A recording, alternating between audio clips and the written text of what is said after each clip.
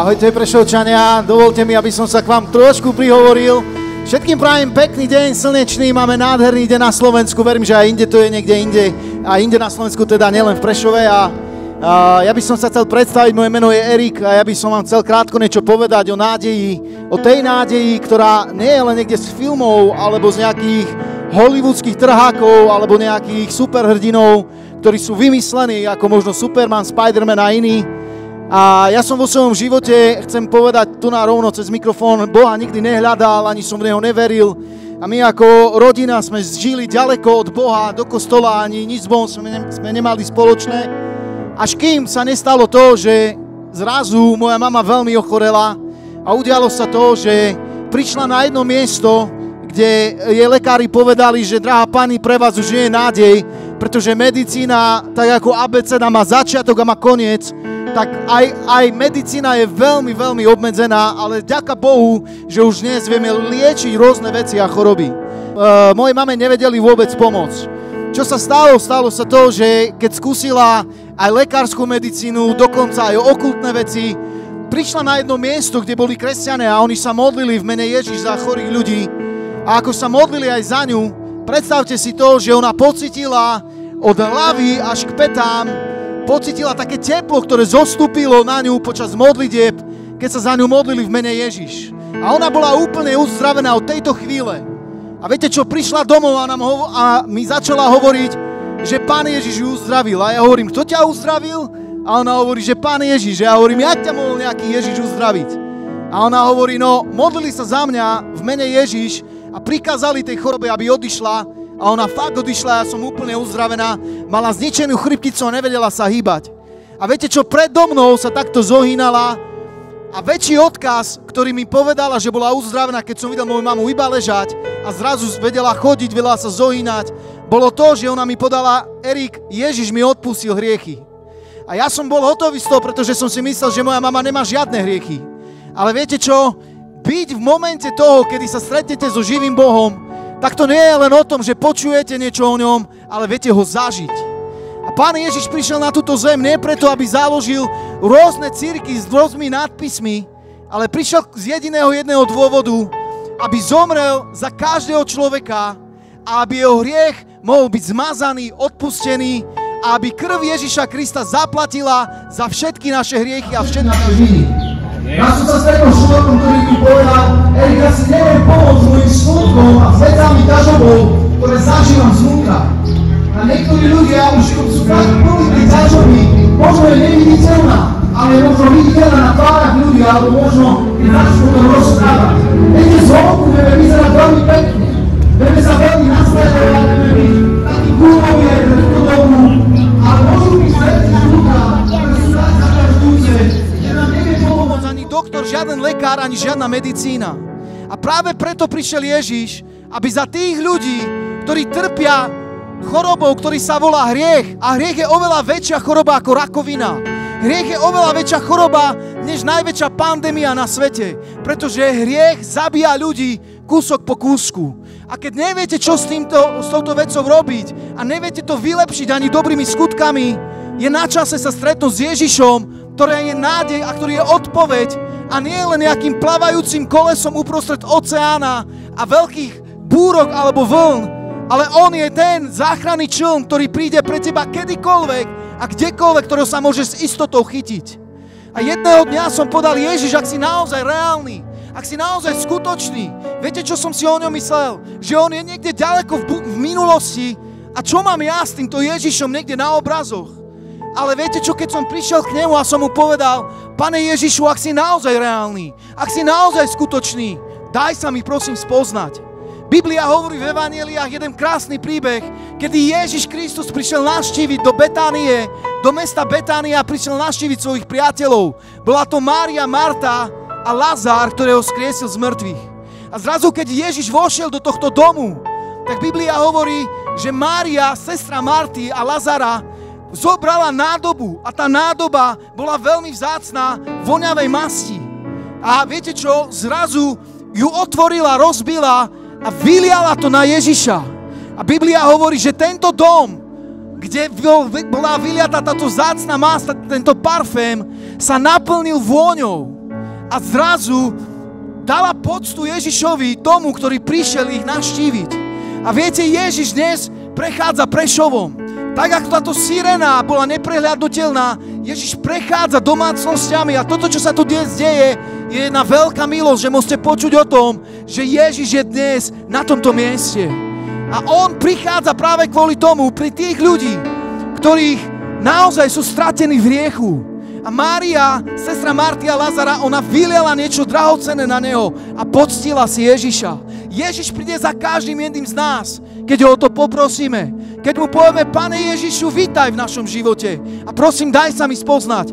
On je verný a on to urobí za nás. A preto aj dnes by som sa chcel, Prešovčania, za vás modliť. Pretože každý ide svojou cestou. Každý má svoj program určitý v živote a svoju predstavu o živote. Ale čo budeš robiť, ak na tejto ceste jedného dňa Boh vyžiada tvoj život z tejto zeme?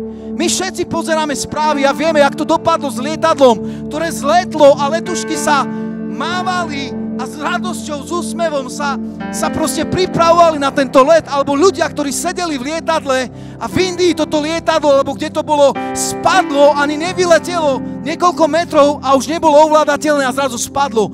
Nikto z týchto ľudí nečakal alebo nemyslel si, že za pár minút bude na večnosti.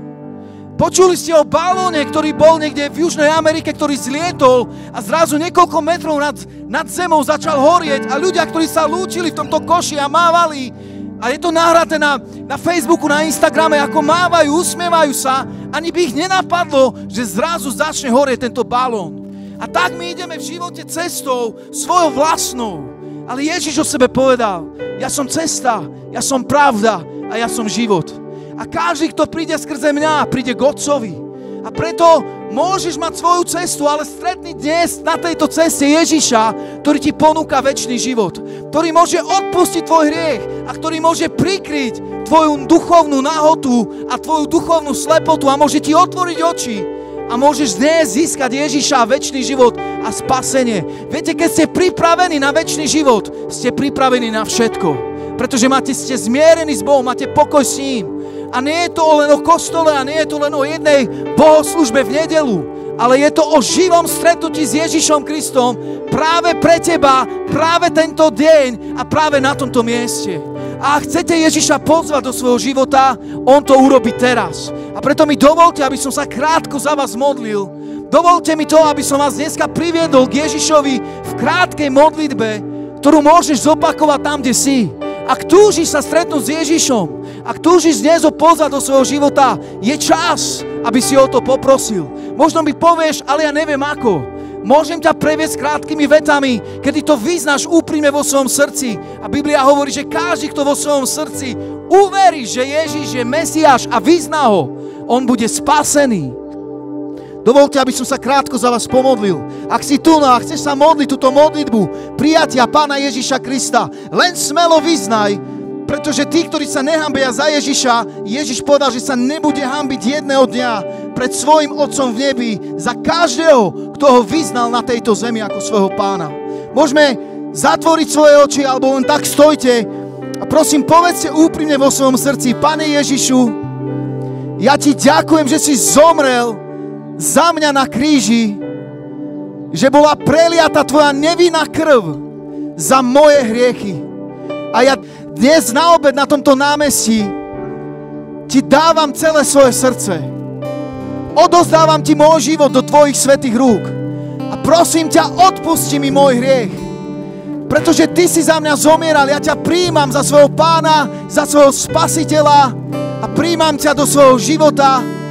A už nikdy nechcem byť bez teba. Prosím, pomôž mi žiť môj život na tejto zemi a pomôž mi ťa spoznať viacej. V mene Pána Ježiša Krista ďakujem ti, že si ma počul. Amen.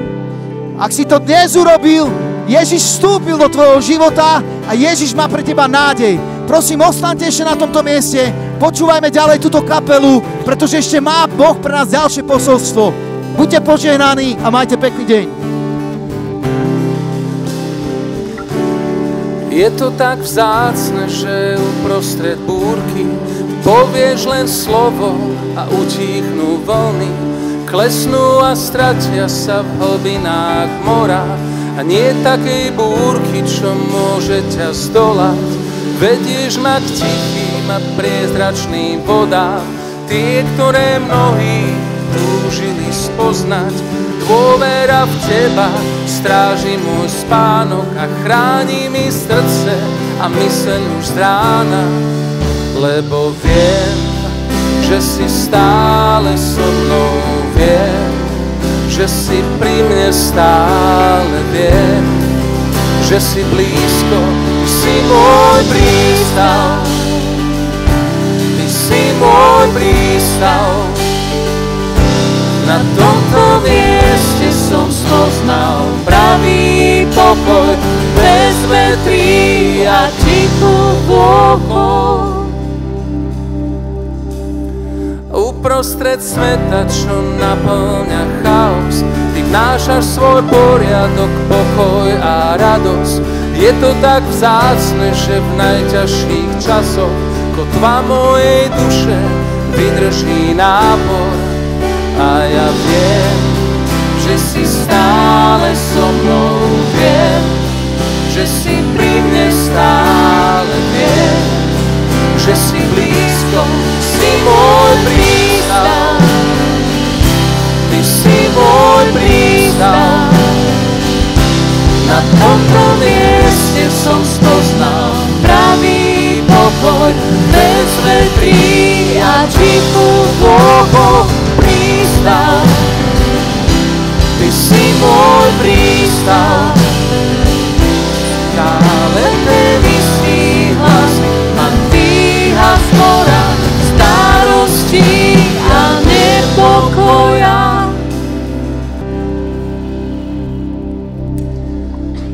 Prešov, ďakujeme veľmi pekne za možnosť vystúpiť a povedať niečo z nášho životného príbehu, z nášho osobného vzťahu s Bohom, ktorý zmenil naše životy. Ďakujeme organizátorom festivalu Pokoja. Ak by ste chceli viacej informácií o tomto festivale, nájdeme ho na stránke festivalpokoja.sk, tam nájdete viacej info. Prajeme vám Božie požehnanie, aj ak ste sa modlili túto modlitbu s bratom Erikom, ktorý tu stal pred krátkou chvíľou. Som presvedčený o tom, že Boh počul túto modlitbu, Boh nás stále berie vážne, ak rozprávame k nemu. A pozbudzujem vás, aby ste našli spoločenstvo, v ktorom môžete urobiť ďalšie kroky na ceste viery, pretože je to absolútne kľúčové. Majte sa fajn, Boh vás žehnaj.